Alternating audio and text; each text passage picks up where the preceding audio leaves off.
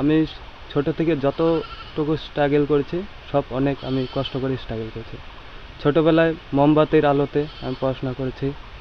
তারপর বই কেনার টাকা নেই বা অনেক সমস্যা পড়েছিলাম, তবুও আমার পাড়ার লোক বা অনেকে আমাকে অনেকটা সাহায্য করেছে।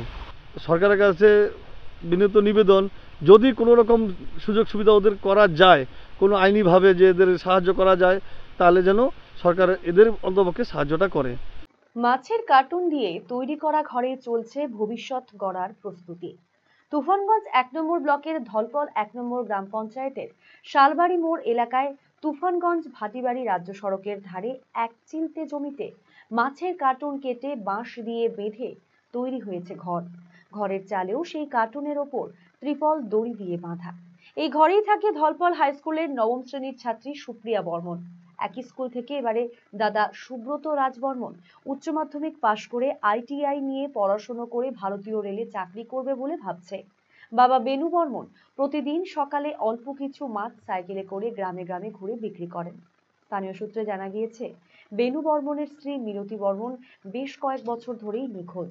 ভাতের অভাবে না খেয়ে দিন কাটাতে হয় অনেক সময়, আবার কখনো বা মুড়ি খেয়ে চলে জীবন। কখনো যা জোটে তা দিয়েই দিনে একবার রান্না হয়। নেই শৌচালয়, নেই পানীয় জলের ব্যবস্থা। মোম কেনার টাকা জোগাড় না হলে সেদিন রাতে বই পড়া বন্ধ থাকে বলেই জানায় সুপ্রিয়া। পাড়াপড়শিরা মাঝে মধ্যেই খাবার দিয়ে সহযোগিতা করেন, তবুও ভাই বোন পড়াশোনার অভাবের কাছে হার মানেননি। সুব্রত জানায়, খুব কষ্ট করে জীবন সংগ্রামে টিকে আছি। সরকারের কাছে অনুরোধ, আমাদের পাশে দাঁড়ান, তাহলে আমরা পড়াশোনা চালিয়ে যেতে পারবো এবং একটি ঘর বানিয়ে দিলে উপকৃত হব। হ্যাঁ, আমি উচ্চ মাধ্যমিকটা না, আমি ছোট থেকে যতটুকু স্ট্রাগল করেছি সব অনেক আমি কষ্ট করে স্ট্রাগল করেছি। ছোটোবেলায় মোমবাতির আলোতে আমি পড়াশোনা করেছি। তারপর বই কেনার টাকা নেই বা অনেক সমস্যা পড়েছিলাম, তবুও আমার পাড়ার লোক বা অনেকে আমাকে অনেকটা সাহায্য করেছে। তাই আমি এখনও অনেক সমস্যায় আছি, কারণ সামনে কলেজে ভর্তি হব, অনেক টাকার দরকার। তারপর আগে বন্যার সময় আমাদের খেতে পারতাম না, আমাদের খেতে অসুবিধা হতো, কারণ ঘরের জল ঢুকতো, চুলো ভিজে যেত। তারপর রান্না করার জন্য কোনো খড়ি থাকতো না। তারপর অনেক দিন আমাদের কাছে মোমবাতি কেনার জন্য পয়সা থাকতো না। তারপর বাবা আমার টুকটাক মাছ বিক্রি করে, যতটা পারে চালানোর চেষ্টা করে, আর আমি নিজের খরচটা আমি নিজেই টুকটাক কাজ করে চালাই। আমার বোন আছে, বোনকে পড়াশোনা করেছি নিজেই অনেকটা করে। বাবা যতটুকু পারে বাবা অনেকটা চেষ্টা করে আমাদের ছোট থেকে বড় করেছে। আমার মা আগে যখন আমরা 3-4 বছর থাকি তখন মা ভিক্ষে করে খাওয়াতো টুকটাক। তারপর আমার ভাইটা হারিয়ে যায় শিলিগুড়িতে, তারপর মাও চলে যায়। আর তারপর থেকে আমরাই অনেক কষ্ট করে আজকে এই পর্যন্ত 50%-এর মতো পাই। 50% দিই। কত নাম্বার পেয়েছো উচ্চ মাধ্যমিকে? আমি টোটাল পেয়েছি 251।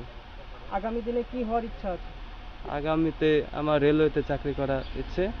ITI কলেজে অ্যাডমিশন হচ্ছে, পরীক্ষা দিব, পরীক্ষা দিয়ে সিলেকশন হবে আমার। বর্তমান বোন 9-এ উঠেছে। বোনকে কি আগামী দিনে পড়ানোর ইচ্ছা আছে? হ্যাঁ, বোনকে আমার বিয়ে বা তার বেশি আমার পড়ানোর ইচ্ছে আছে। সরকারের কাছে কি দাবি? সরকারের কাছে দাবি, আমার যদি একটু জমি হয়, যেন একটা ভালো একটা ছোট্ট বাড়িঘর হয়, একটা ল্যাট্রিন বাথরুম বা একটু ইলেকট্রিকের ব্যবস্থা করে দিলে খুব উপকার হতো। বাড়িতে কি ল্যাট্রিন বাথরুম? তো এখানে আসার পরে তো এই জায়গাটায় যে জায়গাটা পেছনে আছে ওই জায়গাটায় একটা, তখন প্রথম অবস্থায় প্রাথমিকভাবে মানে প্লাস্টিক দিয়েছিল। দীর্ঘদিন প্লাস্টিক দিয়ে থাকার পরে অনেক দিন ছিল। তারপরে ওর যে মা আছে, ওর মা ওই বাচ্চাগুলোকে কুলে নিয়ে আর কি ভিক্ষা করে জায়গায় জায়গায়, তুফানগঞ্জ, আলিপুর স্টেশনে কোচবিহারে ভিক্ষা টিক্ষা করে। তো করে রোজগার যতটুকু আসে সেটা দিয়ে তো আর চলে না, তবুও যে আমাদের পাশাপাশি বাড়ির থেকে ওদের দেওয়া হয়, যতটুকু থাকে আর কি অবশিষ্ট, সবসময় তো দেওয়া সম্ভব হয় না। তো যতটুকু করা হয় চেষ্টা করা হয় যাতে খেতে পারে, সেরকমভাবেই আর কি চলছিল। তা বিগত 5-6 বছর আগে ওর মাটাও আরেক জায়গায় চলে গেছে। সেও আর কি অ্যাডনর্মাল, বাবাও অ্যাডনর্মাল, মানে মেন্টালি প্রবলেম আছে, মাটাও মেন্টালি প্রবলেম আছে। তো 5-6 বছর আগে ওর মা চলে গেছে এবং ওর একটা ছোটো ভাই ছিল কোলে, ওকে নিয়ে চলে গেছে।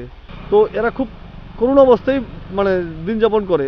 তার ছেলেটা পড়াশোনায় ভালো, এবার উচ্চ মাধ্যমিকে উচ্চ মাধ্যমিক পাস করছে সম্ভবত, না পাস করছে।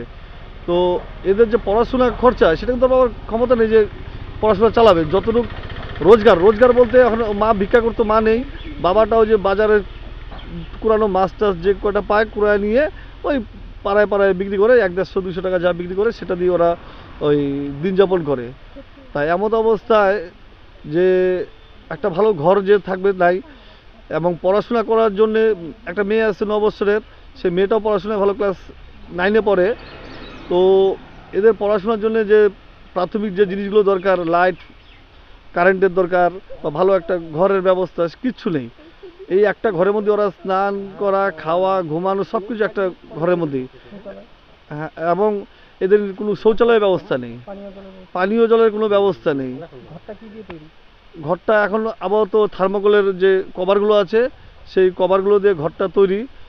তা সরকারের কাছে বিনীত নিবেদন, যদি কোনো রকম সুযোগ সুবিধা ওদের করা যায়, কোনো আইনিভাবে যে এদের সাহায্য করা যায়, তাহলে যেন সরকার এদের অন্তপক্ষে সাহায্যটা করে। কারণ এই দুস্থদের জন্যই সরকার আমরা জানি সবসময় পাশে থাকে। RCTV সংবাদ, তুফানগঞ্জ।